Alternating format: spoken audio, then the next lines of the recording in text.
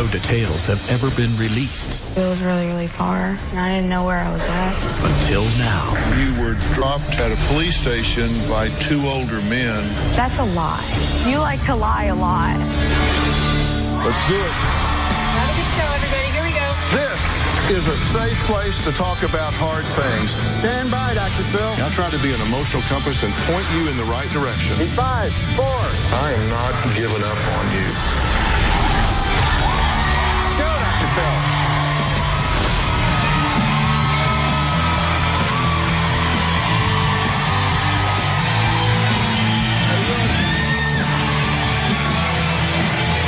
How you doing?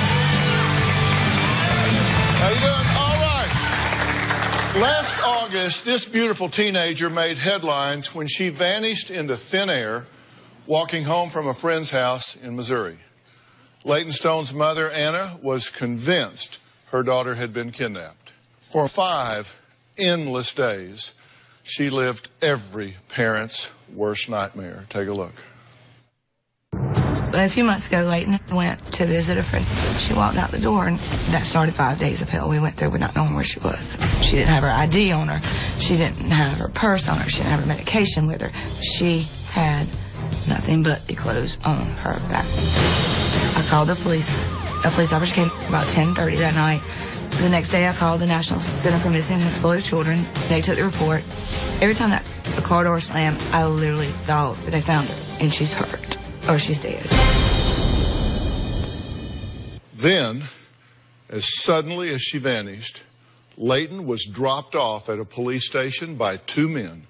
She was safe, but no information was released about how or why she disappeared. Not a single detail about what happened to this teenager in those 5 days was ever revealed until today. Because months after Leighton returned home, her mother sent us a desperate message. She wrote, "We need help. She has been missing again." Well, we called Anna and found out that when her daughter made headlines as a possible victim of abduction, it was hardly the first time she had gone missing.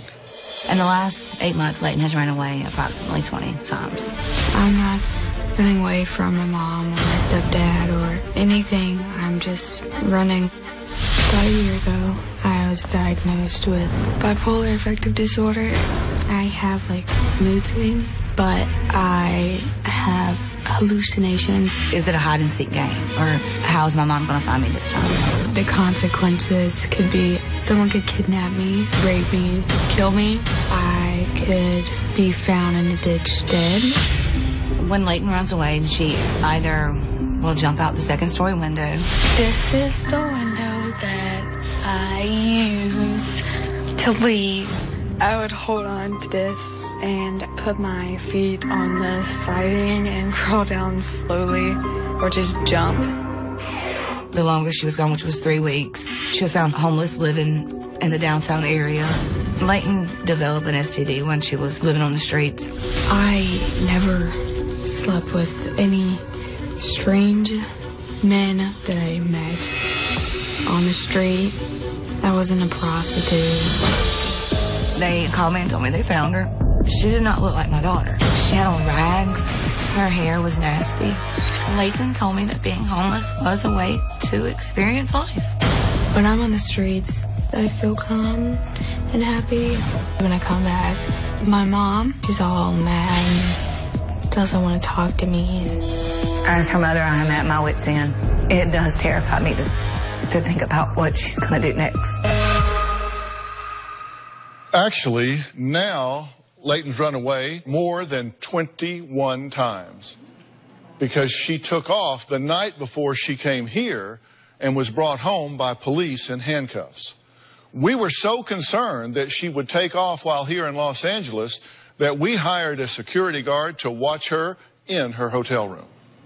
Things have gotten so bad that Leighton's mom has resorted to locking her in the house. To keep Leighton safe, we do have an alarm system. Put a sensor alarm that's connected to our home security system. One time we did have the windows screwed shut, and she finds a simple case knife and will unscrew the window a little bit at a time. We have to deadbolt the office, and you can see where she's pried it open. We've blocked off to where she can't get out this window. We've put just a random bookshelf in front of that window. We have locks on our cell phones. We hide our car keys. She thinks we're keeping her in a prison. We're doing our best to keep her safe. Well, Anna, I'm glad you're here. And Leighton, I'm really glad you're here. Do you remember the first time you ran away? The very first time? I think so. Do you remember the very first time? Yes, sir, I do. And when was that? It was approximately April of this year. Uh-huh. And she was gone for how long? Just a few hours at that point.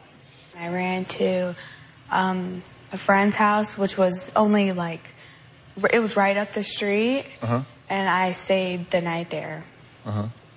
But they found me within like an hour or two. Right. And you've run away where you jump out of a second-story window, right? I jumped out of a second-story window. I've jumped out of a fourth-story window onto a deck. I've jumped out of many windows. Okay, are you worried about getting hurt when you jump out of a second-story window? Yes. Yeah, I am, but... Does it scare you? Yes. That's why I'm very careful. Yeah. So what triggers you to run away? I mean, you say you don't plan it. No, I don't plan it. You just start feeling your skin crawl, you say. Yeah. So describe that to me. It's an impulse, and I can't control it. I mean, like, many times, like, I've been like, you know, it's come along, and I'm like, okay, I'm not going to do it. And then it's come back, and it's gotten 10 times worse, and then I just have to do it. Okay, so you're just, like, sitting in your room. And I can be sleeping, and I can be doing whatever. And you, let's say you're sleeping, and you just wake up, and you have this powerful urge. And describe that to me. What is it? Help me understand what you feel. I wake up and I'm sweating and I'm shaking, and I jump up and I start pacing around, and my thoughts are racing. How am I going to get out of my house? Where am I going to go? And I just open a window and I just jump out. I don't take anything with me, and I go wherever I feel like going. Okay, so this is a physiological thing for you. It isn't, I mean, when you say you wake up, you're actually sweating. You see beads of sweat, you're shaking, and your mind is racing. So you're physically changing at that point. You're different than you are right now. And are you shaking, visibly shaking? Yeah, I'm shaking. Like, when you're really hungry, your hands start shaking. Right. And when you're cold, like, you're, like, shaking. That's how I shake. It's... Okay. And so, I mean, it's shivers. It's like when you have the shivers, okay? And your mind is racing. What is your mind telling you? How are you going to get out? Which way are you going to get out? What are you going to take with you if you're going to take anything with you? But all the racing is about escape. Yeah. It's all about getting out. It's all not about, like, covering it up to make it seem like, it's not worrying about, like, how long ago, if she wakes up in, like, 30 minutes. I'm not worried about when she wakes up. Okay, but it's all about getting out and getting away. It's specific to the escape. Yes. Okay, now you have said you have hallucinations. Yes. All right, tell me about the hallucinations. What do you see? What do you hear? I don't see things, and I don't hear things. I don't have schizophrenia. My hallucinations, they are just, it's where, like, I have a hard time with keeping in touch with reality. Like, I'll think something is happening, but it's really not. Have you ever heard anyone talking to you? You ever heard a voice in your head or anything like that? No. Okay, so you've just had what you call hallucinations, exaggerated beliefs about something. Yeah. Okay, all right, gotcha. All right, next, Leighton says she will run again. What is she running from? We're going to talk about that. Plus, you won't believe the drama that erupts when Leighton's mom tries to keep her safe. We'll be right back.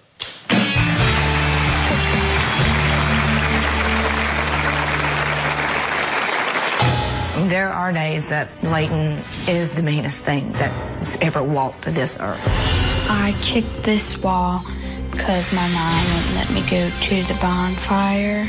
Leighton has attacked me probably more than 10 times. I turned into a little monster. I'll beat the out of my mom. I don't care.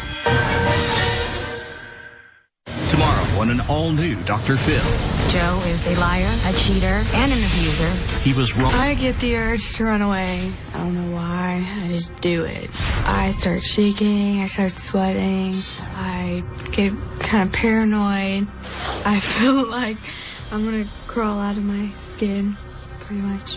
It is not an impulse that I can ignore. I have tried to ignore it, but it doesn't go away very easily. Okay. Have you beat her up? Yes, I've beat my mom up. Did you care? No. Okay. Do you care about your mom's feelings? Yeah. Why? Because she's my mom. But if you run away, it creates a lot of pain on her part, right? And she worries about you. Like, you know that, in particular, one time when you were gone for 5 days missing, that you believe she had been abducted, correct? Yes, I do. And tell me what you think her experience was when she thought you were abducted. I don't know. I mean, in shock, upset. Did you ever think at 2 o'clock in the morning, wherever you were, that your mom was sitting up, staring out the window, wondering if someone was torturing, raping, or killing her daughter? I did try and call my mom. It's not like I didn't forget about her. I tried to call my mom multiple times.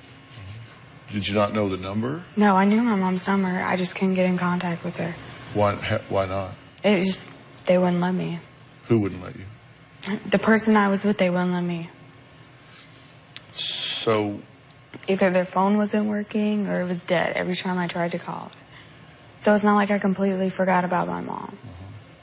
were you wanting to call her for why? To tell her where I was, to get her to come pick me up. Were those people keeping you? Was this person keeping you from calling her on purpose? Mm-mm. Well, not that I know of. I mean, I felt like it was always an excuse, but I don't know. Why not? You ran away from home to wherever you were. Why not run away from wherever you were to home? Because it was really, really far. And I didn't know where I was at. You tell me that you run away. But what I want to know is what you're running to. I know that you're running away from home, but what do you think you're running to? I'm running to the fact that I don't need my mom, that I can take care of myself. You think you're running to freedom?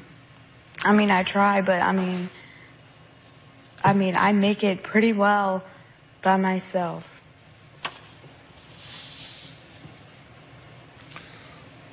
I mean, I was having different experiences. I was taking care of myself. I wasn't really taking care of anybody else. You know, nothing was happening to me. Well, at one point, you were dropped at a police station by two older men. That's a lie. You weren't dropped at a police station? No, I was dropped off by an older lady. What do you know about that? I received a call from a girl, and she was the one that advised that Leighton was in the company of these two older men, and that they would be dropping her off at that police station. That's what I was advised. Whether or not that actually transpired, that I don't know. I wasn't in that town. It was across our state lines. Well, you like to tell your friends a bunch of lies, and you like to embarrass me because you're a liar. You like to embarrass me a lot. No, you like Leighton, you like to lie a lot. Leighton, no, I didn't. Yeah, what was put on that's that why you put that on there. I didn't get dropped off by two men. I got dropped by a woman, and the police officers told you that. And I only put on the Find Leighton page what was called into us. And that's why Dr. Phil just asked me if I got dropped off. What I was told. Were you with two men prior to being dropped off? No, I was not with two men. I was with a woman and a man. And who was the man? He was a 23-year-old man who had a 4-year-old daughter. And was he taking care of you? Was he helping you? Yeah, he was taking care of me. I never was with two men. Well, that's what called and said. Maybe you shouldn't believe everything you hear. You can stop. I'm not going to stop. You sit here and lie and embarrass I'm not lying, Leighton. I'm telling what was told to me. Yeah, you don't believe. I mean, you didn't even listen to the police. Were you found at one point living on the streets? Tell me the appeal of that. If I want to be independent, that's what I'm running. They can't even match the music. They can't even rap, they're just black producing. Now they wanna crack the new shit. They just wanna act, they done bath the new kids. They can't even match the music. They can't even rap, they're just black producing. They just wanna crack the new shit. They just wanna act, they done bath the new kids. Sorry big man, sorry big man. With your big life and your kick man. Sorry big man, sorry big man. With your big life and your whip man. Sorry big. You're saying your mother is a liar. Did you lie about your mother abusing you to the hospital? No, they looked at the DSS reports, and one of my siblings kept saying that I was getting abused and everything, and I kept telling them that I wasn't being abused. And they kept saying, oh, you're being abused, you're being abused. Where are all these scars coming from? Why do you have all these scars? So you didn't tell... I never told them that I was being abused. That you were being abused. You didn't tell them. No, I said that I got into fights with my mom, and me and my mom would hit each other, but I never said that my mom abused me. Mm-hmm. Okay, I've got a social service report here in front of me that in item 5 says Leighton also discussed abuse towards her by her mom. Mm-hmm. So, you know, you say you didn't say that. Social services says she did say that. Yes, I'm the one that gave you guys that. So, and maybe you don't remember saying that. I don't know. Say that. Well, they say you did. They did extensive investigations about that and found absolutely no basis to sustain those allegations whatsoever. And now, were you picked up at one point in a car with a boy? Did you take your parents' car at one point? Yeah. And were you found in a really bad part of town? Yeah. Living in that car? I wasn't living in the car. Were you in the car? Yes, I was in the car. Were you found at one point living on the streets a week before they found you in the car? This was a Is that a police report that says on October 16th you were found on the streets and you were like really dirty and it was only like, this was like a couple they found you on the streets on the 20th. Do you consider that to be safe? No. Why go there instead of somewhere else? I was staying with someone in that part of town, but not that, just a couple of blocks away. So you're leaving your house and going off in the car and being found just on the street, dirty, in dirty clothes and no ID, purse, money, anything. What have you achieved at that point? Nothing. So I said, what are you running to? What if you got out of the house, jump out of a 2-story window, whatever, and so you're running away from there. Saying, what are you running to? You're running to living dirty on the street? Tell me the appeal of that. What's in that for you? That's not what I am running to. I'm not running to be homeless. I don't want to be homeless. What are you running to? I'm running to living by myself. I want to be independent. That's what I'm running to. That's what I want to do. I don't want to live with my mom. Okay, but you don't have a plan for that independence, right? I mean, I personally don't. I'm sorry? I don't, but I mean, I can figure it out. Well, you don't have money. You leave. You say you just leave the clothes on your back. You don't have any clothes. You don't have any money. You don't have sometimes even your purse or your ID. You don't have any wherewithal to sustain yourself. You're just on the street. They just find you on the street. So you have no plan for independence. You're just running away from her to no plan. Mm-hmm. And that's not working for you, right? You're getting found every time and brought back. And you've now run away over 20 times. So you're not very good at it, right? You're not very good at escaping. I was gone for a pretty long time at one point. So I'd say that was my best one. Well, who fed you? who fed I fed you? myself. I mean, I could take it. Where'd you get money? Where'd you get food? I got money. I worked. What did you do? I cleaned motels. You cleaned motels? Yeah, I had a job. Did you give them your ID? Do you have a social security number? My name is Jane Doe. I'm sorry? I filled it out, and they didn't even do a background check. It was one of those shabby hotels. And so how much did they pay you? Like $6 an hour. So you cleaned the rooms and got your $6 and... I didn't get $6, just $6. $6 an hour? Yeah. For $6 an hour, I hope you cleaned really slow. I would clean like 5 or 6 rooms. Yeah, well, for $6 an hour, you don't know how dirty those rooms were. Yeah, I think I do. Those rooms were... Okay, let's take a break. Layton's mother is deathly afraid that her daughter is going to die on the streets. But Layton says, look, she says she's safe out there when she's on the run. You're going to find out who she says protects her. When we come back, it just might shock you.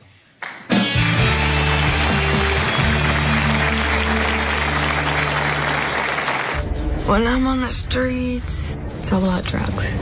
I made friends, but all they did was help me do drugs. I had this friend. We took care of each other. He was a heroin addict.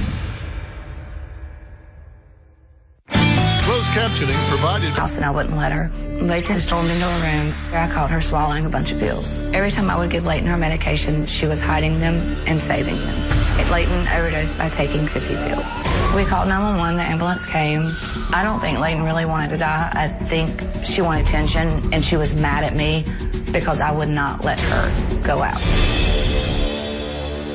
Layton's behavior is frightening enough when she's inside her own home, but according to her mom, Layton is even in more danger when she's on the streets. But Layton says she meets friends who protect her. She told us about them a little bit.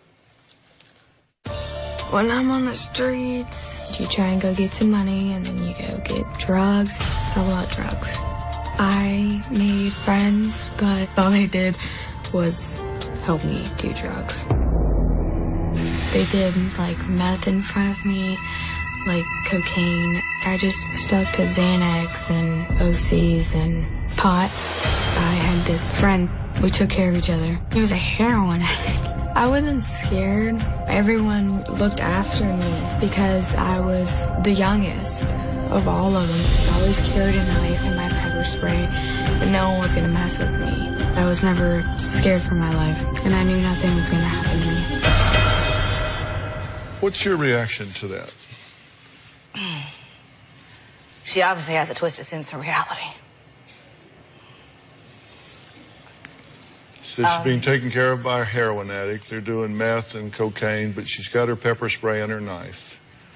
So she's good to go. Yeah. What's your reaction to that as her mother? I love you, but if you keep that attitude, you're going to be dead. Because that knife and that pepper spray is not going to stop a bullet. When you're homeless, you don't have guns. They can't afford it. Yeah, they can afford heroin. Thank you for saying that I'm an attention seeker. Thank you. Is that offensive to your sensibilities? Yes, that is very offensive. Because you don't know what goes on in my brain. You don't know what goes on in my body. Yeah, but when you do the vanishing acts, Layton, and that didn't have anything to do with it. It's like, I mean, it's so I never that your ran school even says they call them your excursions. How long is Leighton going to go on this excursion? Again, I hope you're not an attention seeker. I really don't, and that's why we're here. Yeah. You just said that I only did that I didn't want to die. I just want to do it for attention. Well, thank you. I hope you didn't want to die. Are you saying that you in fact are suicidal? This has been stated for like 2-3 years. Just what? This has been stated for like 2 or 3 years. No, I'm asking you now. Are you... I'm not suicidal now, but Lord have mercy on my soul. What do you think that you're mentally healthy? Or do you think that you I are am mentally stable ill? enough to... I'm... There has to be some kind of God up there, because if I am able to deal with this woman, then there's a lot. Because the world is on my shoulders having to deal with this kind of stuff. Okay, what is it about this woman that you find so burdensome? You have She to makes be me live like some old woman. like I'm 10, like I'm a little kid. I see. I mean, my best friend's my little sister. I watch TV with my sister. Okay. And I'm 10 years old again. what could your mother do to make that home acceptable to you? I don't know. You're telling me two different things, and they're very inconsistent. You're telling me that sometimes you just wake up out of a dead sleep, your skin is crawling, you're physiologically having total body tremors, you're sweating, your mind is racing, saying, get out, get out, get out, get out. It's totally involuntary, it's totally physiological, and you have to get away. And then you say, no, it's just her. She is impossible, she is a burden. I'm trying to get away from her. Yeah, when I'm trying to do my best, it's still, you know, when I'm being good, staying home, you know, taking my medicine, doing my chores, you know, doing my schoolwork, you know, not doing the attitude thing, not hitting anyone, not cussing, you know, not doing any of that stuff. Doing what she expects me to be doing. There's still no, you know, And there's nothing. This girl is in serious, serious danger right now. You can get snatched, raped, drugged, sold. Tomorrow on an all-new Dr. Phil. Joe is a liar, a cheater, and an abuser.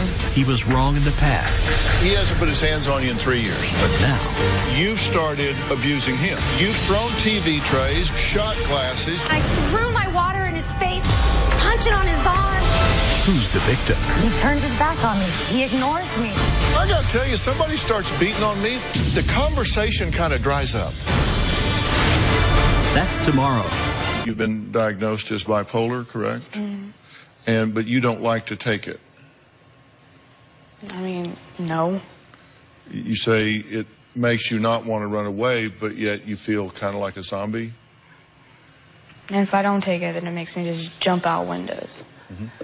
All right, Makes so me Spider-Man. if you don't take it and you keep jumping out of windows, do you think that you are at risk for something bad happening to you on the street? Yeah. I know that something's going to happen if I keep doing it. I mean, even though I say, you know, I can carry stuff around with me, it doesn't matter. There's people bigger than me. People that can just pull me by my hair and drag me to an alley and just cut my head off. They wouldn't care. Let me tell you straight up, so in case somewhere along the line somebody has never told you this, you are a prize on the street. You are young, and you are attractive, and you are a prize on the street. And make no mistake, you can get snatched, you can get raped, you can get drugged, you can get sold. The dangers on the street for you are unbelievable. They are indescribable to you. And the fact that you say, oh, I've got some pepper spray and a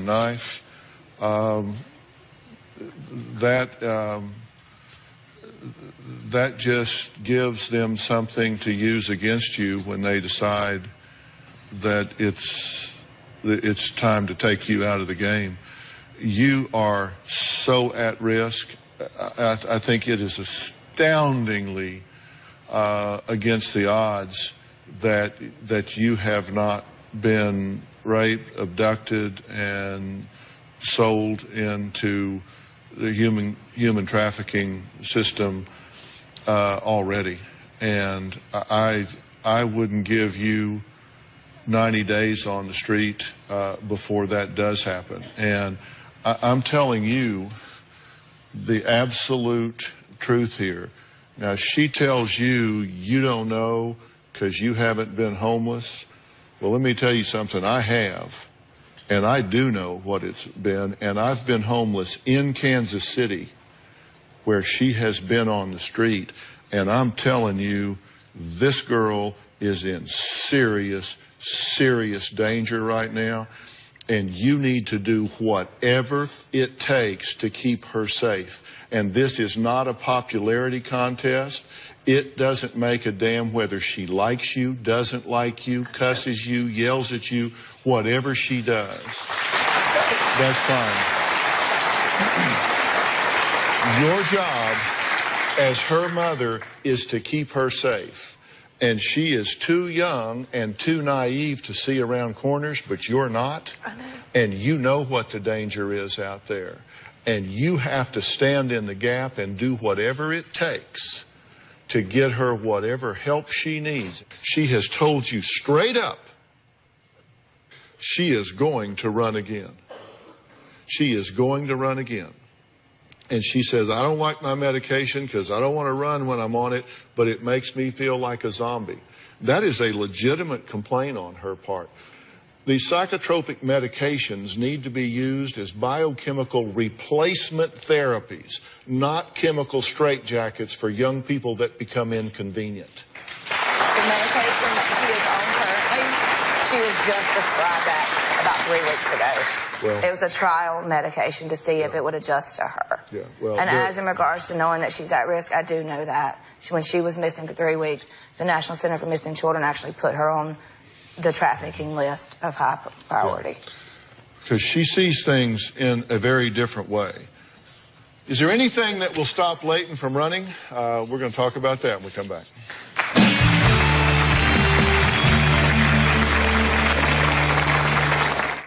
The holidays should be a time of hope and happiness, but for family... You will see me on the news. Yeah, that's going to happen. Do you feel like running right now? No. I mean, I don't mean like right this minute. Well, maybe you do feel like right this minute, but I mean, do you feel like... Do you feel this building? Can you feel it building from a day or two ahead, or does it just come up? I can, I feel a slight change.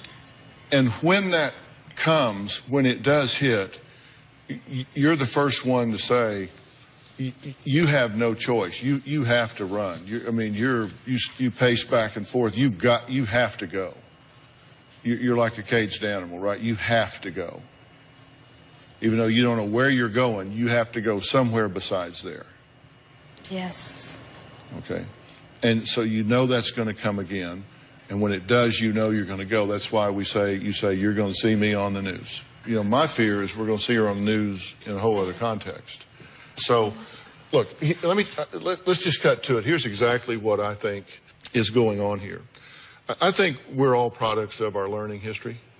And I think that Leighton has had things in her life, as have you, that can certainly be triggers for a lot of the things that are going on in her life right now. She's had emotional trauma and emotional stress in her life. There's been conflict in school. There's been tragedy and loss in family. There have been things that have gone on that people respond to in different ways. She's been diagnosed as bipolar, and I don't know if that's right or not, but certainly could be, and those things can certainly be triggered by stress and trauma and things of that nature. But we also know that there's a lot of brain involvement in that sort of thing. Changes, actual physical changes in the brain, which can make some of these things involuntary for her. This comes on to her, and so therefore it has to be treated and dealt with. So here's what we know for sure.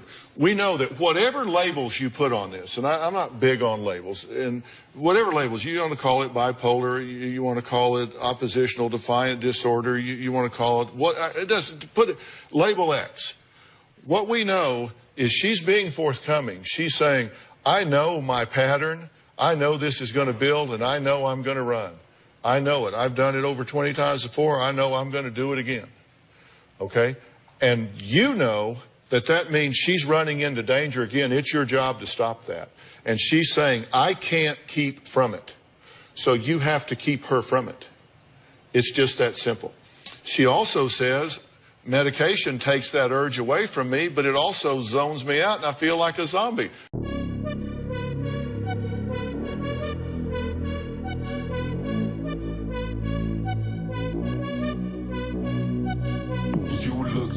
International. Girl, what's your name? I have to know. Ain't no one else in your lane. Let's fill this car with gas and go. No hesitation, I'm on it. If that's the way that you want it, that's cool with me, so let's ride. Let's go somewhere that you lie. Legitimate complaint. Legitimate complaint. But there are ways to deal with that. This is something that is just not one size fits all. She deserves to have things dialed in for her in a way that really, really are customized to make her feel the way she deserves to feel. And despite getting in her own way, she says, yeah, I need help here. This isn't working for me. We've agreed she's not a very good runaway. She keeps getting caught and brought back, which is fortunate.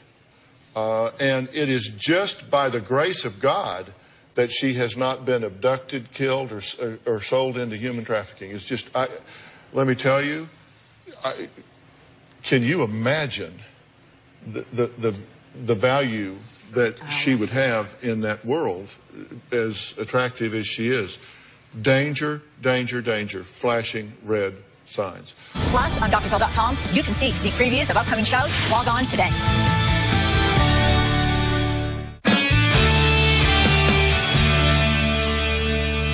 This is Dr. Matthew Polachek here. Hi. Say hi to Matt. Matt Polachek is the director of the Center for Discovery. I asked him to come here because I want him to sit down with you guys, because I think what we need to do here for this child, and you are a child, is to work very, very closely with the PNP Center in Dallas, Texas, to find out what's really going on with her. I absolutely, I am very anti-pill. I'm sorry. I've testified before Congress about the abuse of psychotropic drugs with children. I just am very anti that, and there are indications for using them. But I think if you're going to do that, you need to do your homework, and you need to know who you're treating. You need to know everything about them, and you need to do it very, very carefully. And she deserves nothing less than that. And so what I want to do is offer to you guys to walk out of here right now, sit down with Matt, and talk about coming up with a protocol to get her truly evaluated biochemically, hormonally, neurologically, every way possible, and design a treatment protocol that gives her a chance to be who she truly is. She doesn't deserve to be a zombie and in a chemical straitjacket. You don't deserve to have a daughter that's running headlong into danger. And one of the things that Matt and his group do is they're very good about not treating target patients, but treating entire families and making sure that there's an integrated approach here so that everybody is involved to make this work right. And so I want to give you guys a chance to sit down. I would appreciate it. And discuss this. And you don't know how to appreciate it. We appreciate it. I really, this is not something where you punish this child. This is a situation where you help her.